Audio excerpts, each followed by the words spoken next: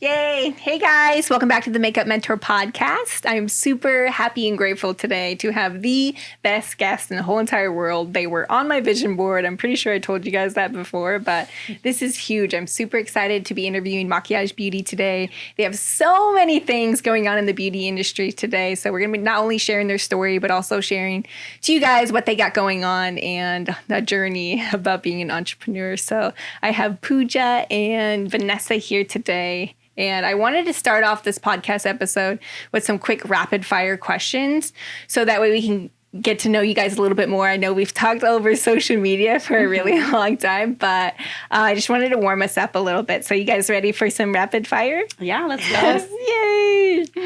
Awesome. So my first question for you is super easy. Where did you grow up? I grew up in Detroit, Michigan. Oh, wow. Yeah.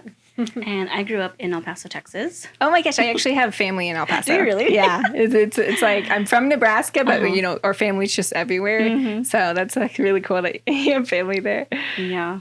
So how old were you guys when you first started doing makeup? Like professionally or like just... You can tell both. Honestly, a lot of people tell both. I would say like out of high school. Wow. But I didn't do it professionally at all. Wow. It was terrible. I think we all have that phase. But professionally, I think I was, 24, Wow. 25. And for you? I bought my first eyeshadow from MAC at the age of 12. Oh it's my called gosh. Amber Lights. Yes, you did tell me about that one. So that's one of my mile markers. When I was 12, I bought that eyeshadow. I was allowed to buy eyeshadow at that time. And then professionally and just like falling in love with makeup, I'd say like just after college. So I'd say like around Vanessa, like about 22, 23. Wow. And so, yeah, Long time. I still love it. Yeah, Still in love with it. Like I hear that a lot in a lot of the episodes is that a lot of makeup artists like finding it more in like their 20s or all of these other things. So I'm super excited to hear what you guys are doing before makeup. So my second or third rapid fire question for you is, how did you learn how to do makeup? Learning. So I went to cosmetology school, and there they kind of just touch on everything. But honestly, when I started doing it, I just, kept doing it, practicing on other, skin types, skin tones. And so that's how I ended up doing really well just by, diversity. And so That's huge. Yeah. And in cosmetology school, they don't teach you that, that technical, like underlying, like you got to learn undertones, you got to learn this, you got to learn that. They just like, okay, just slap it on and then move on. Yeah. In cosmetology, I have a question about that because I feel like a lot of people, that's the only reason why I never went that route, because I hate doing hair, but I thought that was the only way that I could learn how to do makeup. So, like, do they just teach you, like, the bare minimums? Or, okay. They just, they touch on everything. That way, if you wanted to kind of specialize in something, you'll be able to, like, either continue education or you can, actually find something to specialize. I know a lot of people do cosmetology and then they go to, like, esthetician school and then they, like, follow up with, like, makeup artistry. Wow. So it's like kind of, all hand in hand. So, wow. And Pooja here. Yeah, I got introduced to makeup and started learning makeup through MAC Cosmetics. Oh, yeah. At that time, the brand was very big and very focused on education. And so I did learn like that first bit through MAC. And then shortly after, I went to France. And I got like a formal education like Vanessa through, it was a makeup certification course for a few months, 2-3 months. Oh, wow. Yeah. So I was out there for a little bit and I relearned makeup because I learned it one way with MAC and then I relearned it again. Wow. And I feel like we all keep relearning our craft again and again. So no different from how it is now. Yeah. But So did you go to France specifically for the makeup? Yeah, so I had researched like a lot of other places because like Vanessa, going to cosmetology school, I wanted formal training and something I eventually wanted to do and, be really good at. So I'd looked into mud makeup artistry and Makeup Forever. And there were a bunch of places in the US that I had considered. But then eventually I was like, you know what, I think I want an experience and I want something different that maybe an edge somebody else doesn't have here. And so I just went to the, fashion capital of the world and I ended up out there. And after a few months I came back and, Is it? Oh, I love hearing that. That is just so mind blowing to me. Like that you went so far and learned so much. Like By herself. It's so different. Myself. It's so different how we learn things now. I think like even especially in different countries. If I look at an Instagram post, I can tell. Oh, you can yeah. tell Yeah, where yeah. they're from. So it really is two different worlds. All right. So my second to last rapid fire question is, who is a makeup artist that you look up to? So many. I So know, many. right? I think a lot of our inspiration comes from a lot of artists who are kind of outside of the box. I know we definitely love like KKW stuff. Yeah. So her makeup artist is Mario. Mario. So we love him. A lot of like the natural aesthetics. We love Adva. She's from Israel.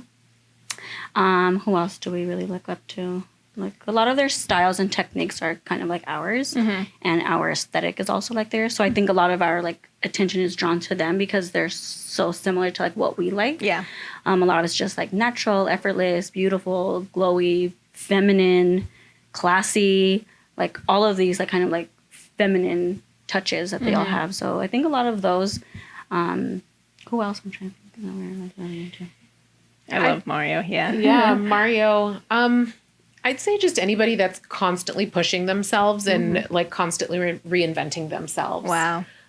Because it's very easy to just go out there and just have your look and have your stuff and then be like, well, that's us, you know. But it's another thing to constantly reinvent yourself and to constantly learn new things and new techniques. But we are on the natural side of stuff. And we like that. But that's our industry. We're into bridal. We're into beauty. So we try to challenge ourselves on a daily basis to just go above and beyond and, you know, get outside the box, even though our viewers and maybe our following expects a certain thing from us. Wow. We try to get them to, you know, kind of shift and also appreciate other types of makeup and other styles of photography and Beauty stuff. can be in other, you know, in other ways, like not just in only like eyeshadow or just only in lipstick. Yeah. It's like all of like what we put into it, you know? Yeah. Yeah. And you guys have such a signature look. That's why I fell in love with you guys.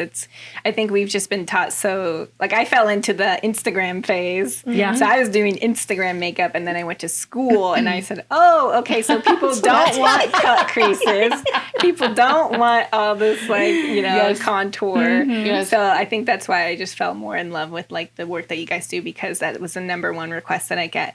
I want to look like me. I don't want to feel like I'm wearing makeup. Oh, yeah. Yeah. That's about And 90%. I'm like, how do 90% you of wear people. makeup and it not look and feel like you're wearing makeup? So that was like a huge thing that I got through, not only from school, but like just learning from other artists and others, stuff like that sure. too. So my last question, this one could be a hard one. Okay, this one's going to cost you. Yeah. So what is your favorite foundation?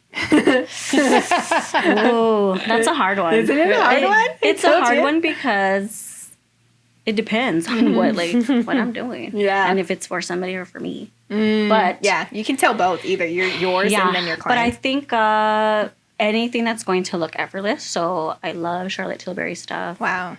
I love Dior. We love Dior. Oh yeah. Oh yeah. That's I like see the whole our Backstage. number one. Like that's Backstage our number foundation. one. Dior. I think really just those that I love for like natural, you know, it looks like skin. Those are the ones. And probably MAC Face and Body. Yeah. So It's an those oldie but a goodie. are those sheer coverage? Sheer Okay. to me. They're buildable too though. Oh wow. So- Okay, noted.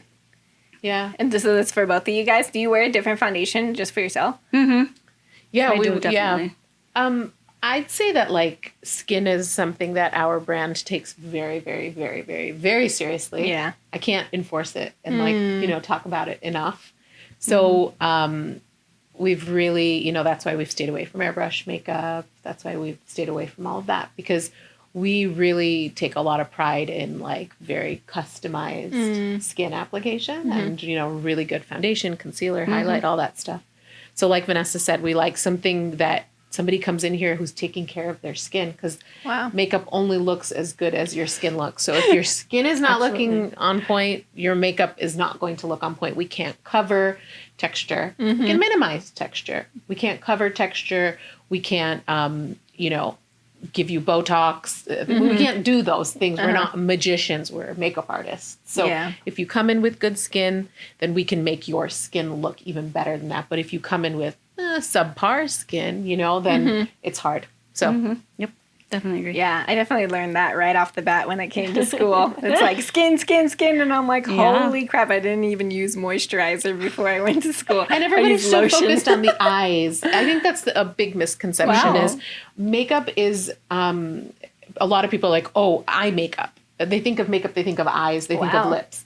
I don't think of that when I think of makeup. I think of skin when I think of makeup. And I know Vanessa thinks the same because the majority of the face is the skin. You don't have, you've got small eyes and you've got small lips and, but most of it's the skin. So if you're not good at skin and you can't figure out skin, you don't have anything really to work with.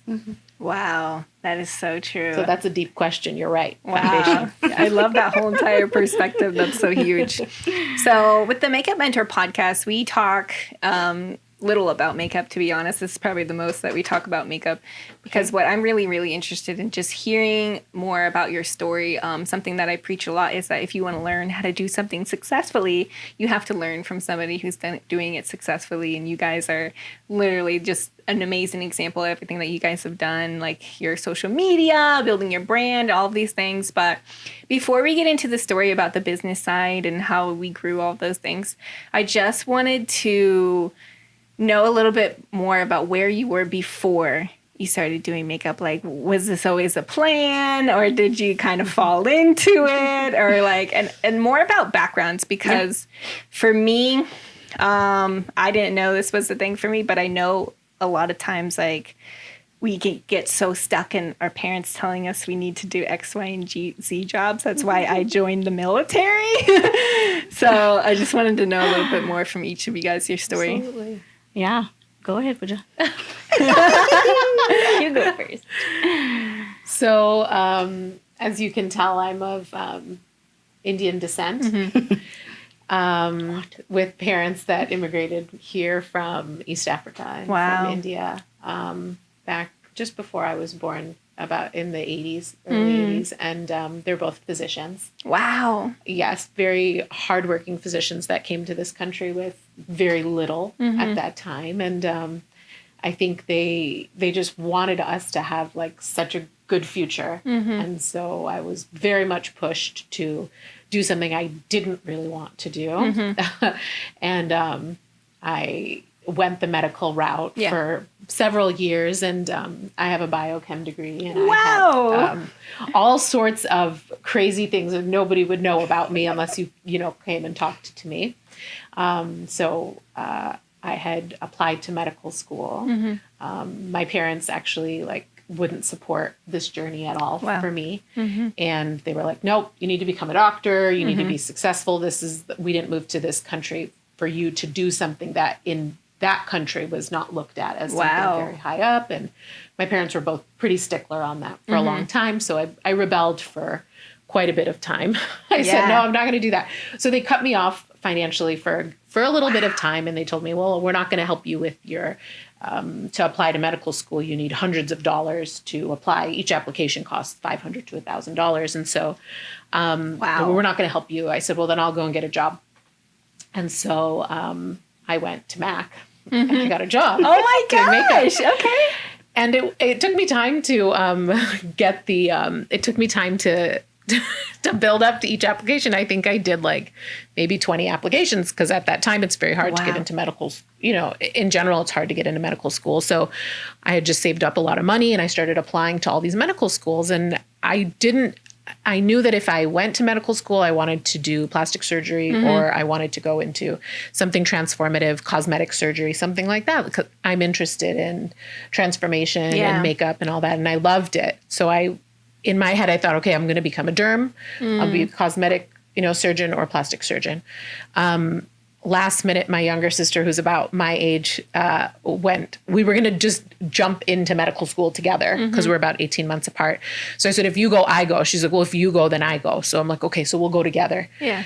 I took the MCAT. I took a medical entrance exam. I studied really, really, really hard. I did okay. We both got into similar schools. She's like, "Are you ready to go?" I'm booking my flight. We got into this medical school.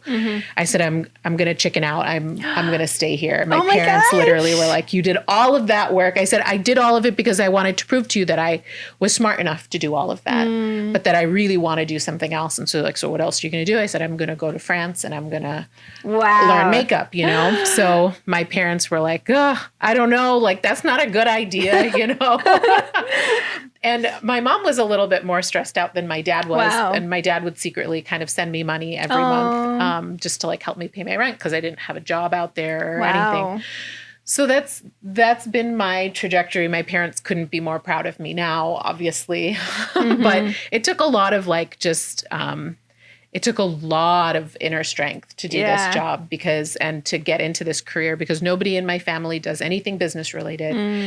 Nobody has been an entrepreneur. Everybody has taken the path of study and do well and take your exams and get a job.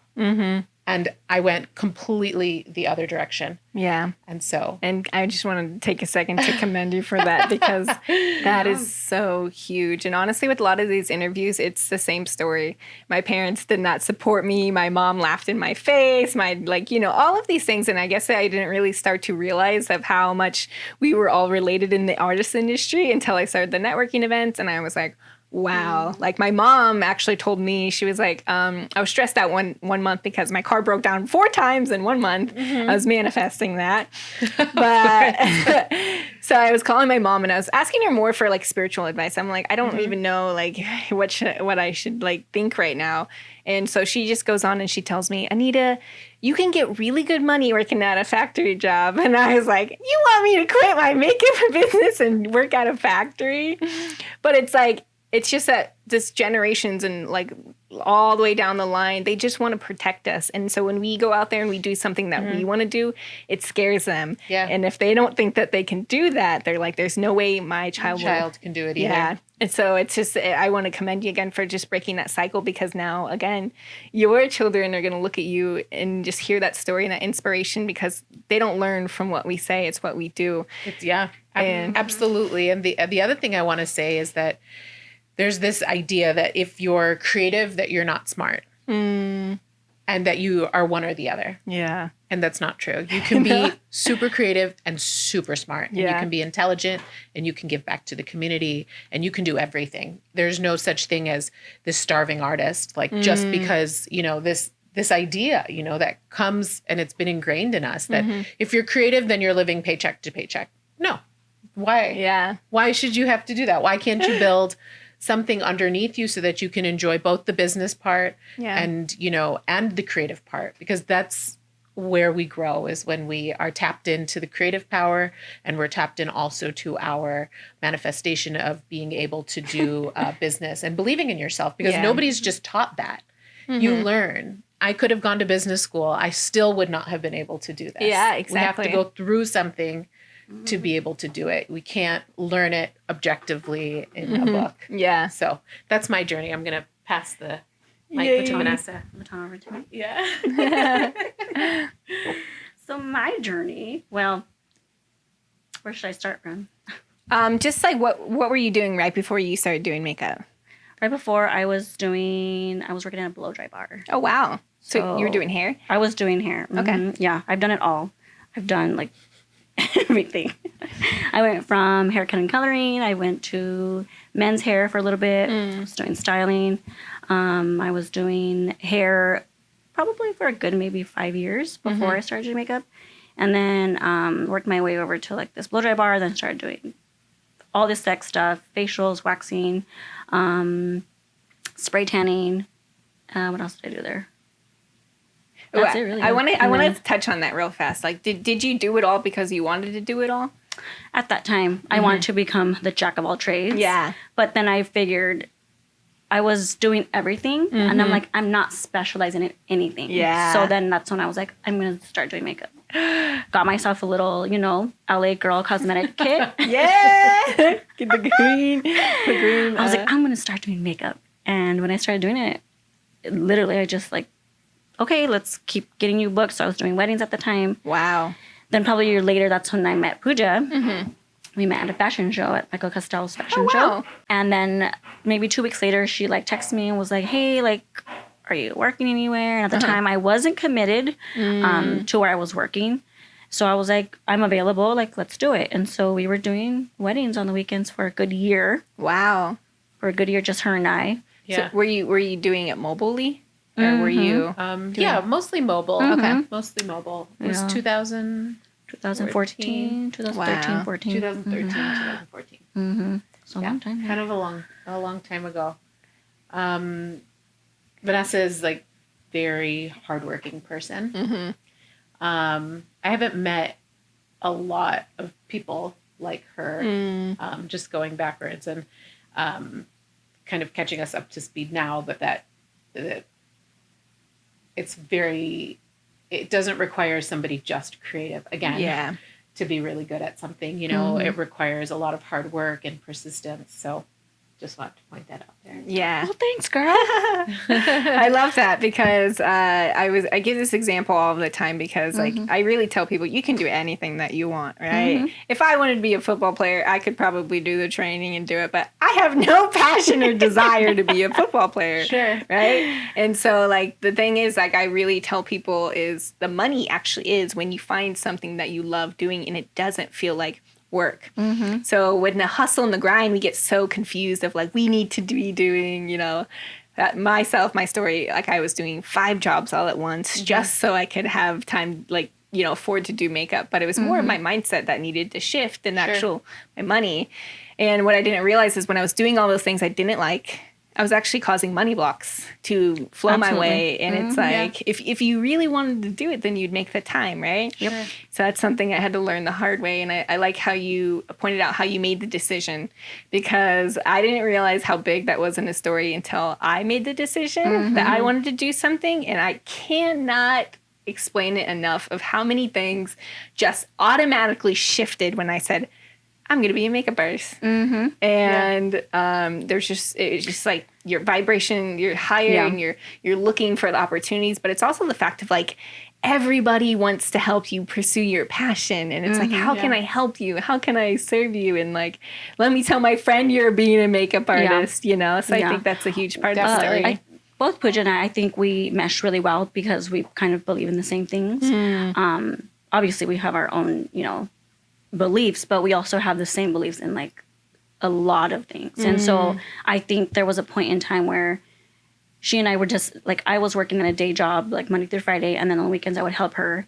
That was like probably for the first 2 or 3 years. 2 3 years. And so at like the third 2.5, 3 year mark, she was like, why don't you just come on full time? Wow. At that time we were like, we don't know how we're going to do this. We didn't know how we didn't have money like that. So she was like, you just work here full time. So we'll put in 40 hours. Every day, Monday through Friday, we were in the old studio. It's like, it's called the dungeon. It's called the dungeon because it's so dark. That's a name. And so we were like, let's just do it. And like, I was like, oh my gosh, like, are you serious? And so we decided that at that very moment. And then literally we started overflow of like weddings. That's when we started like, we had to hire on so many makeup artists. A lot of makeup artists. Gosh. We had about maybe 20 to 25 girls on the team at that time. Yeah.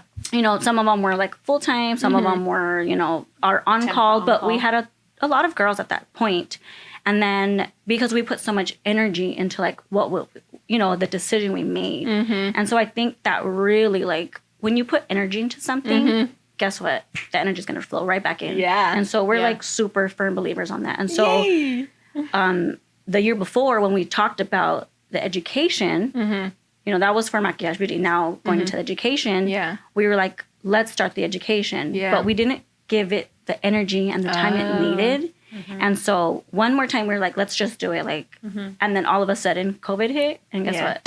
We were able to launch. We were able to work on this full time for a little bit. And so I think we're pretty like blessed and grateful that kind of, you know, we were able to do this because otherwise if COVID wasn't around. Yeah, it's You true. know? We wouldn't have had the extra time. We wouldn't have had the wedding cancellations. And all. Yeah. Yeah. So I think it was like meant to happen during this time, you know? Yeah, and I think that ties into how we actually got to connect and stuff Exactly. like that, because it's like there probably would have been no way that you guys could even get on the call that you guys were on. Nope. Right. Not even at that time. probably. Actually, Daniela. When was that? Yeah, that April? was like a couple months ago. Was it April? Yeah. April, right? Yeah, Yeah. I guess it was really long ago. It's so Zoom. weird. It seems so did a like Zoom last week, call. right? Yeah.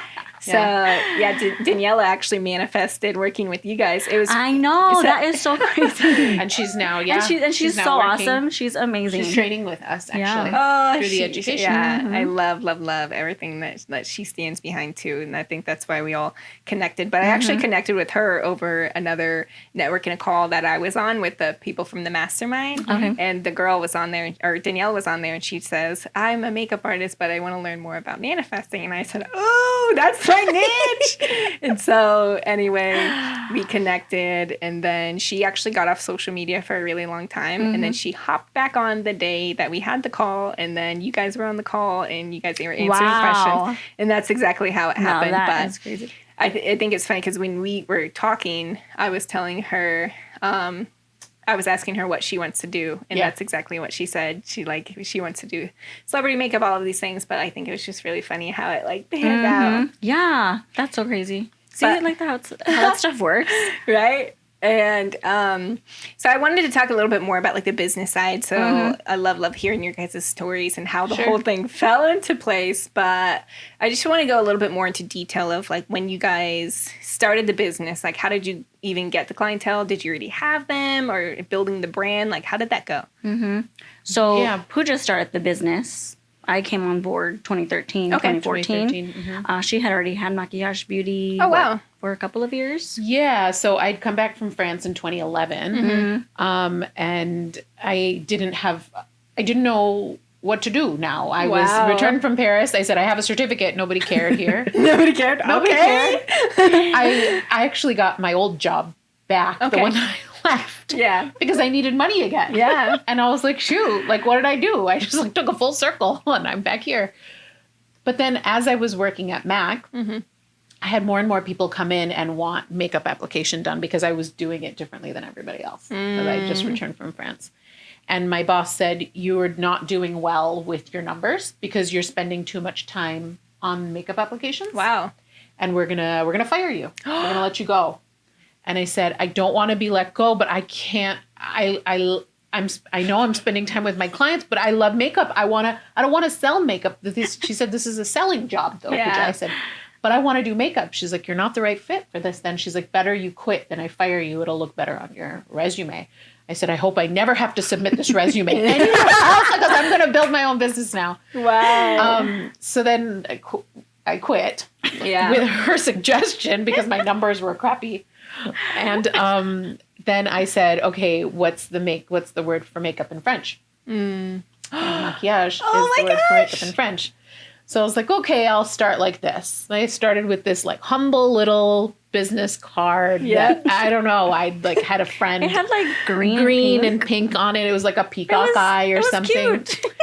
And so that's how the name Makiaj was Makiaj. born. Wow. Makiaj. And then somebody told me to put beauty at the end eventually for SEO purposes. So people knew that Makiaj Beauty was hair and makeup. Yeah. Oh my gosh. So then after that, I had met Vanessa a couple years after that, but I had a lot of people follow me from Mac, like old clients. Like Deepika actually was our first client. And slowly, I got like comfortable, like taking on big weddings and then having a couple artists coming and helping me. And so those people started to tell other people in the Indian community first. Yeah. Yeah. So, and I had a little advantage because I was Indian and Yeah. they trusted me. Yeah, And I did then- like subpar makeup at that time, but I Yeah. was very excited. That's huge work. because I feel like a lot of clients actually look at us before they like book yeah. and stuff like that, because it's like if she can do her own makeup, then she can do mine. Yeah, she can do mine. Yeah. Yeah. So that was Makiaj. And then the brand has grown so much over the past 10 years. We've reached out to so many people to help solidify the logo again and again, keep up with times, Yeah. be different, the colors, the feel, the brand. And Vanessa came on in 2014, and I had a couple people, 2013, I had a couple people working for me before then, but they never really clicked. They'd stay around for 4 or 5 months, but they wouldn't understand the bigger vision. And I'm like, okay, you can't be a business partner with me in this. You can't work with me if we're not on the same page. After I met Vanessa, that's when the business really went forward and took off. And were you looking for someone to help you with that at that point? Or? I think so. Yeah. I mean, definitely. I remember meeting her, and then after that being like, wow, she's like, carries herself well. She's beautiful. She did her own makeup really well. She jumped in at a fashion show last minute. She was eager. She also likes to hustle. Yeah. I said, this is somebody that is necessary for this company, you know? So, yeah, that's huge because I feel like a partnership it's really scary. And especially, like you said, when someone doesn't have that big vision. Yeah. And it's like, if it's your passion and you're working all of these hours like night and day, it's really hard to find someone with that same kind of like, not only like commitment and stuff like that, but it's like, you also feel like you're not working when you're doing something that you love. You know? I definitely had a lot of fun. Like, I feel like we had the most fun when we were doing that, like the very first year, because we were like, let's do this. Like, every day we would come in, get some coffee when she was drinking coffee. You know, it was like I came to work, but I didn't feel like I was working. So we could be at the studio for hours. Like, we're here like 12 hours sometimes just like working, and we're working like the new and the latest, and okay, what's the next big thing we're going to work on? And we're just constantly pushing like each other's limits. She's really good at pushing my limits, and then she kind of pulls me back when she knows like I'm off like the edge, you know? Oh, that's really good to have. My twin is that person for me. And we're like really like yin and yang, like what she does, you know, how do you say it? How do you say it? Something about like, I'm good, you're good. How do you say it? Like what I do really well. There you go. Like what I do really well, I do really well. But there's certain things that I don't do well. And so building any business requires two people that have the same ideas, values, and mindset about life in general, manifestation, desire, passion. All of that has to be in alignment. Yeah. But then the integral part of somebody's personalities, they need to mix. Both of us can't be type A's. Yeah. You can't have two type A's in a business because then both people need the steering wheel to drive, right? You can't drive a car with two steering wheels because it never works. Yeah. Right?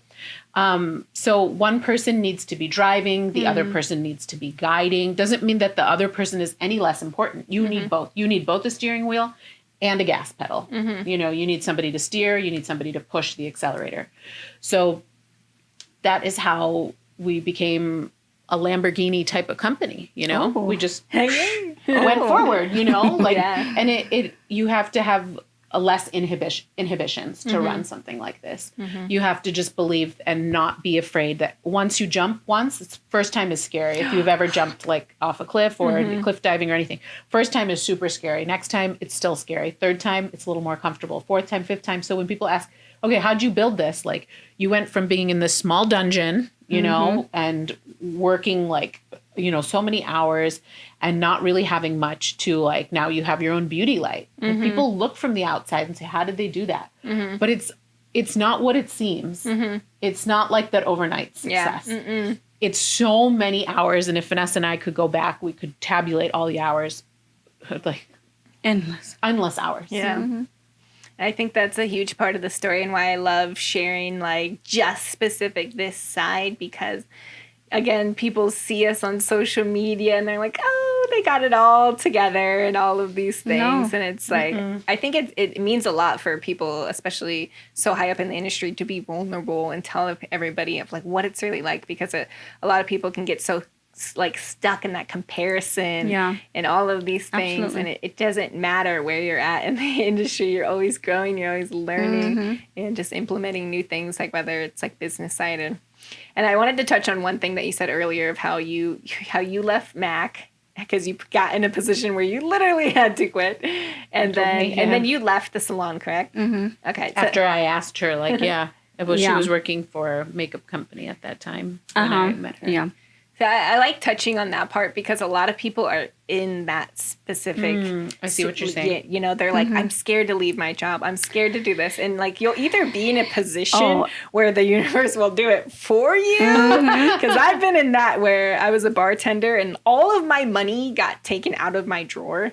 somebody stole it, and either like you can pay it back or you can quit. And I'm like, I was in the same position. I said, well, I didn't even get paid that whole entire day, and it had to be someone that worked here, so I can't trust anybody. So that's what I mean. And like, especially with COVID-19, it's honestly, I believe it was a blessing in disguise. Yeah. This is a time to get clear on what it is that you want to do. And let go of anything that's not serving you. And it will happen if you don't take that leap. But once you take that leap, you'll recognize that feeling, how it felt, and you'll remember how it all worked out. Yeah. So I think that's huge. Absolutely. I'm also like a firm believer, like just doing stuff. Like I come from like a family of like nothing. So for me, like everyone looks up to me back at home because I left. I did something. I've been accomplished. All of these things, right? And we were just talking about this the other day, how like, well, how do we really know we're really happy? You know? But it's like when you're in go mode, you're not really thinking about your happiness. You're really not thinking about like what really is in front of you. And so I think if you just take that time to like really take in what you have and just be grateful for like all of the things that you have, grateful for COVID, even though it's such an inconvenience. Yeah. But you know, like all of these things come into our life for a reason, even if it's good or if it's bad. Yeah. So. I feel like we connect on that part because like my family is like, so how's the military? And I'm like, oh my gosh, I'm doing so many things in like my makeup business. I'm like, you're doing all these things. And they're like, how was that one weekend that you had training? And I'm like, you know, and it wasn't until I manifested doing makeup for the Oscars where my family was like, oh, my daughter does makeup. And I'm like, you know, so I like, did makeup. You know, back then too. But like us, I truly believe that you going out there and doing whatever it is that you want to do successfully, and I know it's really, really hard for a lot of us in the beginning, especially when we're pulling away from what our culture believes that we should be doing. Like, it's scary, but like people, again, are inspired by what you do. And I've had people who I don't even know reach out to me and say, hey, once you started your business, I actually quit my job and I started doing this. And I'm like, what? I don't even know who that's you amazing. are. Yeah. Like we don't really realize how many people we're inspiring. And so it's hard to give credit. Yeah. Wow. It's hard for others to give credit to others. Yeah. Sometimes. So I definitely, yeah. A lot of our team, you can touch on it. A lot of our team. Which part? Just like, you know, different artists in the community that have worked for us at one point in time or, you know, have now felt really inspired to go off and do their thing because they're watching us do ours, you know? And so we don't always know what their pivotal point is because, you know, in this type of artistry world, it's very competitive. Yeah. It's so competitive. Yeah. I've never experienced anything at this type of competitive level. Doctors are not this competitive. Wow. You know, lawyers are not that competitive, but artists have, I think, when you're really creative, you have this, when you're creative and you're not sure of yourself, you have a lot of ego. Wow. When you're creative and you're sure of yourself, there's no ego involved. Wow, I love that. I got chills. That's huge. And we're learning that all the time. I'm not going to say that I am perfect and that I have no ego. You have to have ego because that's how you build confidence. But at some point, at some time, that ego has to drop because you won't live comfortably otherwise or happy. Yeah, I'll never forget the moment that I was working this fashion show, and there was a makeup artist where I was just like so amazed by her work, and I'm like checking her out, I'm like looking what's in her kit, and I wanted to say something, but you know the energy where it's like you don't even say anything, and I could tell she was like, I wish you'd stop looking at me because you feel like someone's judging you, right? Yeah. And I finally was like, hey, I like the way that you did this, and I will never forget it. Her face went from like to like, wow, I really like the way that you do this. And I was like, whoa. And that's when we started talking. And it led to me hosting networking events. And when I did that, it was just so much like, wow, you really have to get in a room where people are experts in the things that you're not. And when you break down that wall of that competition and you start to collaborate, that's when magic happens because you just can't, you know, reinvest all your time and energy in learning how to do bridal and film and all of these things. There's so many genres just in the makeup industry alone. And so And then I just started, that's how I built my, my brand so fast, is just talking to other makeup artists. And so I'd have conversations like this over coffee. And I'm not kidding. One time I was in a coffee shop with a makeup artist for 5 hours and she just gave me every single information about like, how can I help you? That's awesome. And I was like, okay, I need to record this. And that's what led us to like, to this today. Mm-hmm. But that's super awesome. So I wanted to talk a little bit on when you guys started doing the education and the like products and stuff like that. Like, what was that transition like? Pretty quickly. It was quickly but slowly. It was quickly it was but weird. slowly. Yeah. I've always been a huge advocate for wanting to educate. Mm-hmm. So around the time I started with the name and Makiaj Beauty and all that, I had been contracted by 2 schools here that wanted me to teach their students curriculum. So I taught for Avalon Cosmetology School. I created all of their curriculum for them for makeup. For the makeup classes that they offered. Separate makeup classes. And then I also worked for Maxima Makeup Artistry, which is actually just down the street from here. And I used to teach their classes. So I was hustling, and it was like every $10, $20, she was, every little bit of money that somebody was willing to pay me per hour. I said, I'm going to take it. I'm going to do it, because I was really passionate about it. And so this is the 3rd time, in a sense, that we're pushing and manifesting the education business. And so there's a sense of pride and joy definitely around launching it this time, because they say 3rd time's the charm. You know, the first 2 times that we did it, and that I did it once on my own, and then we did it once together, we weren't clear about what it is we wanted to do. And when you're not clear and you just jump and you're not clear about what it is, it doesn't have, you're not able to manifest it the same way. So we weren't clear. This time we're very clear. And we're really clear on, for a long time, we wanted to keep our secrets to ourselves. We wanted to keep our how we do our lashes to ourselves. We wanted to keep how we take our beautiful photos to ourselves. We didn't want anybody else to have any idea what we were doing. And then something switched in us. I want to touch on that just a little bit. I definitely think it's a part of social media aspect, right? Because now you have the ability and the capability to showcase what it is you want. And people are full of secrets that people want to know. So I think the advantage was this time, let's just reveal all and we're going to give it to you. Yeah. Here's the light we use. Because we have so many DMs all the time, like, what did you use for this? Or what are you using? Like, what are you doing? What lashes are you using? What brush are you using? What this are you using? So many questions. I'm one of those people that always say that.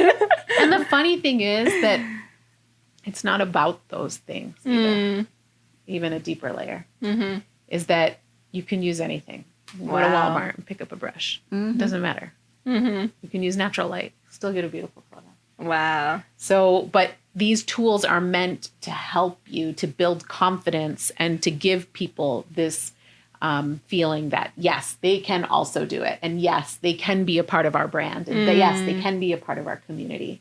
So that's why we came out with the products. We love the products. We think that the products are great and that they will really help any artist level up and get their social media and your website looking good. Yeah. So I want to touch on like some of the things that you guys are doing right now, but also how we talked about how you guys started sharing your tips and tricks. So that's actually something that we've learned from the mastermind, like from the business side, is like how it's not about who's putting out the most beautiful thing. It's about who is giving the most knowledge and sharing that, because especially with the reels, even though they're 15 seconds, but that's actually how long someone's mind span is when their attention span is.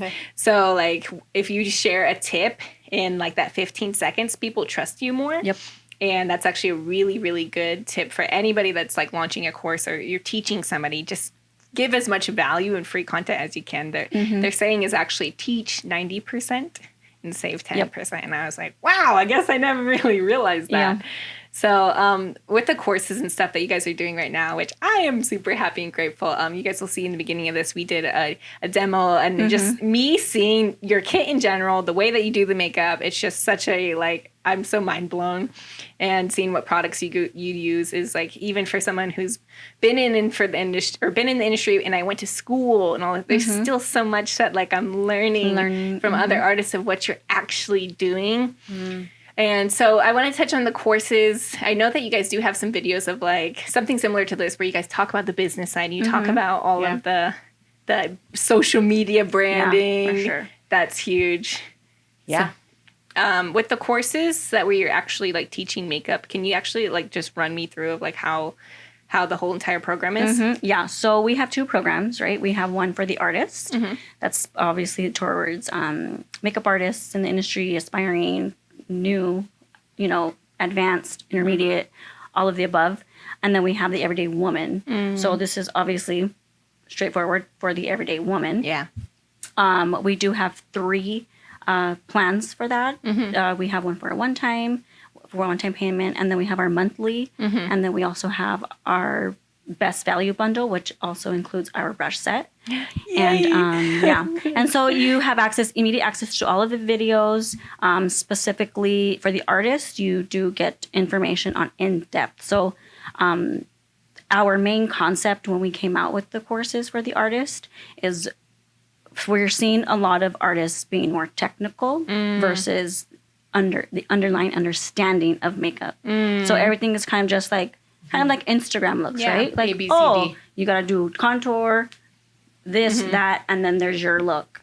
Well, that look isn't for everyone. Yeah. So that's why we're super passionate, super we really want to customize that look for that specific client. And so everything that we do is customize your foundation, your lashes, your lipstick, your eyebrows. Like everything we do is custom. Like there's not one thing that we do that's not like not custom. Not custom. Like the we don't put the same brow. template, We don't put the same brow on everything. Right. Yeah. There's a lot of artists that do that. It's the same brow, same shape brow. Well, how do you know that brow is going to look good on somebody with an oval shaped face? So the teaching, like Vanessa is saying, course is it's so advanced in a way that we're going to teach you even the step before, which is like take into account the face shape, Right. eye shape, lip shape. I love hearing this because again, like people don't they know the contour, they know the lines and all this stuff, but they don't know why they're doing it. Exactly. And again, going back to social media, social media just gives you the outer layer, right? Yeah. It doesn't really tell you like why we're doing this. We're just showing you. And so I think our courses are special because of that reason. We're giving you the in-depth understanding of makeup, not just the technical side, but we're also giving you the capability to learn yourself too. Like, why do this for this type of person? Or why do this for this type of brow? Or why do like all the whys are in those courses for an artist, especially if you want to just take your artistry to another level. Not so much like better for yourself. Like if you're great and you want to learn a different technique, this is also great. Because it's the technique that we're like showing really. you. Like it's similar to each look, but everyone is different. So I think that's the beauty of it too. We've had a lot of artists take the course recently and just come in and want to meet with us. They live local. Wow. And they're like, it was amazing. Yeah. I've already booked more clients. Wow. My last 9 tiles on my Instagram look 50 times better. Wow. And you can tell from her history of her Instagram page. She's like, I'm getting booked more. Wow. My makeup looks better. Yeah. My photos look better. My technique is better. Everything is better. Wow. So if it's a small investment to make for the long run, we've already been A through Z. We've done the whole thing, you know? You get the Cliff's Notes. That's what I love touching on the most because like one, sharing your guys' whole entire journey and like how this is like all of your years of experience all into like one consolidated thing. I just cannot explain how big that is. Like even like that's the reason why I hire so many coaches and mentors, join all these masterminds. I go to every networking event because what I'm really trying to find is how can I sum up the things that they have learned through all these years and just to, learn from their mistakes. And that's a lot about what this podcast is. And so I love touching on numbers of how much was it when you went to school for Paris? I think I paid I paid 4,000 euros. Wow. So it was at that time, the rate was a little different. Yeah. But I think just under $9,000. Yeah. And I learned hair too. Wow. And then for cosmetology school? So that was, I think, maybe 4,000, and financial aid paid for that. Wow. Yeah. So I like touching on this because then when you see the price point of something of your years of experience and all these things, but so how much is the full course? For the artist? Yes. The one-time payment? The one-time payment is $329, and the best value with the brush set is $379. Wow. And then we have our monthly, which is $39.99. Okay, yeah. I want to touch on the first payment or the whole payment. With the brushes? Yeah. So that is huge because one, I've been more connected with the business side, the entrepreneurial world, also my coaches, mentors, huge. Yeah.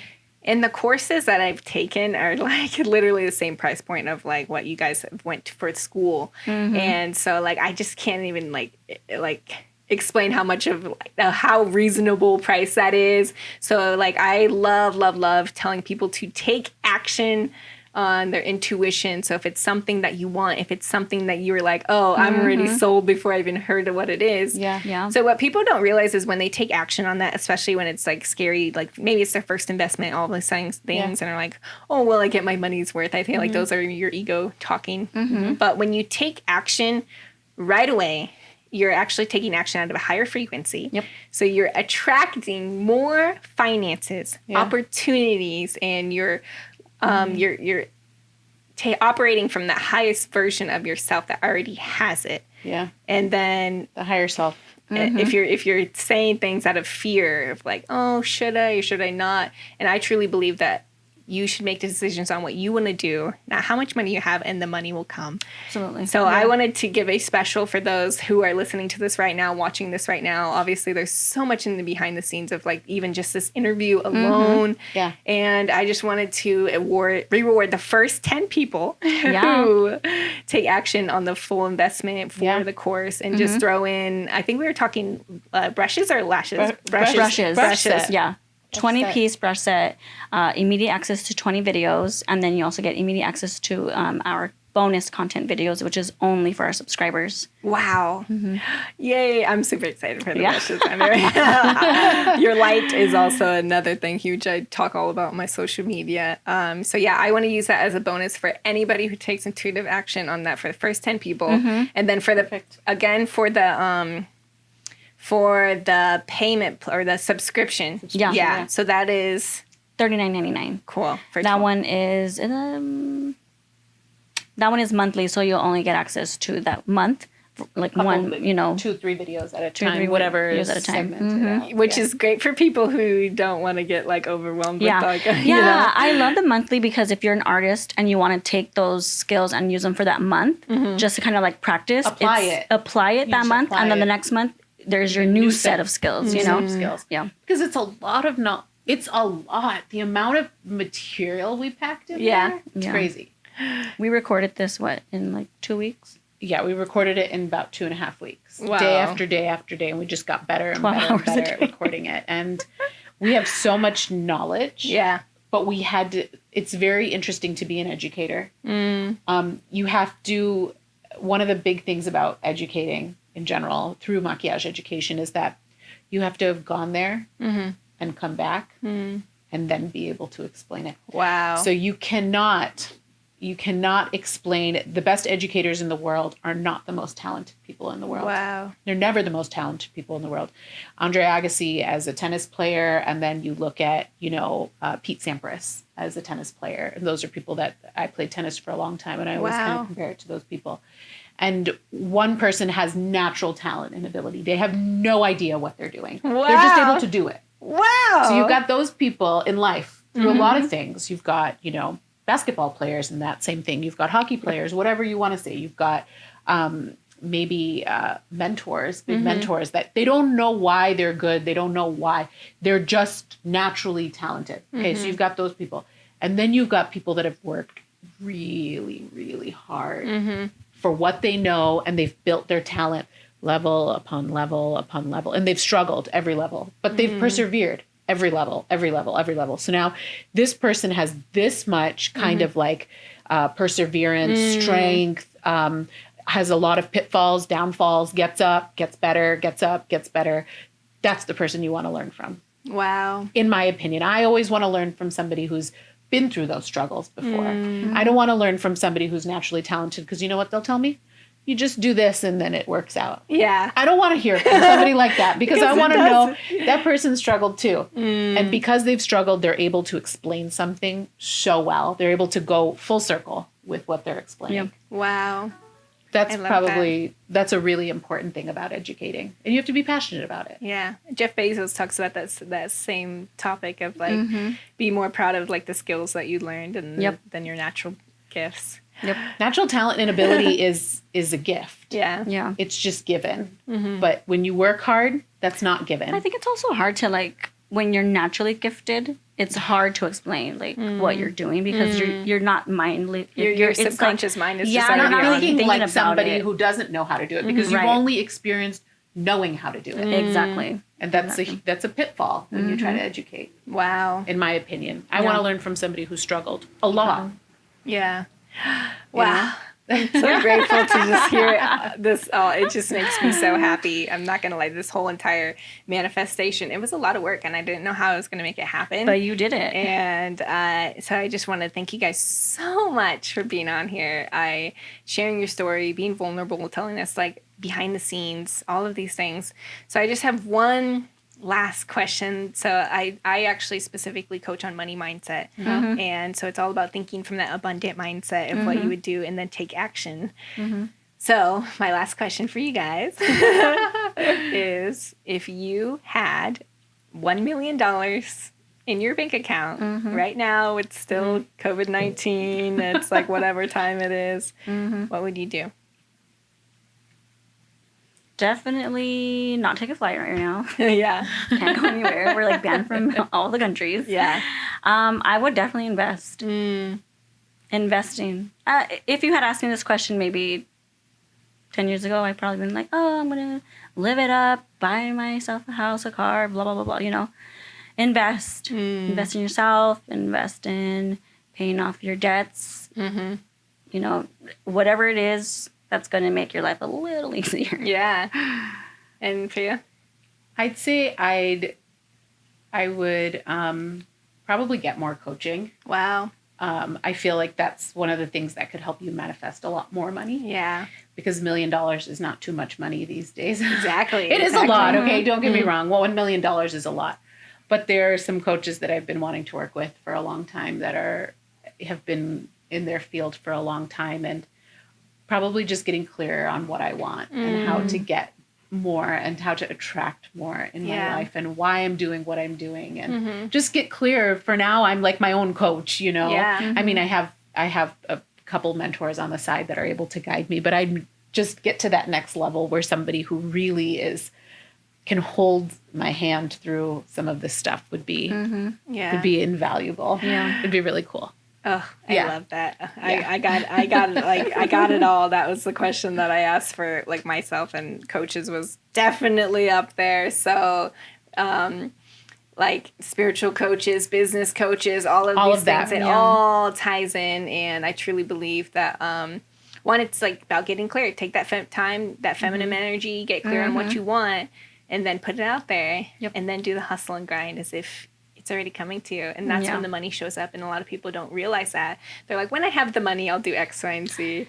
You know what I mean? And like that's you said, like the small mind, right? Yeah. Like, $1 million isn't a lot of money, but we are in a $500 billion industry. And I say it all the time, but it's like, it's working smarter, not harder. And hiring those coaches are going to tell you, how can I maximize this time, like effort and all that stuff. So, woo, super happy to be here. Thank you so much Yes. for taking the time and the energy to do this, because it gets us out of also our like box. our kind of box as well. When you work really hard towards something, it's easy to just like forget about what's going on to the left and to the right of you. So this reminds us, and it reignites us and gives us re-energizes us to give us more outlook towards the future. And so thank you so much. You're so Yeah. welcome. You're so Thank you for welcome. coming. Thank you guys so much. Thank you guys for tuning in today.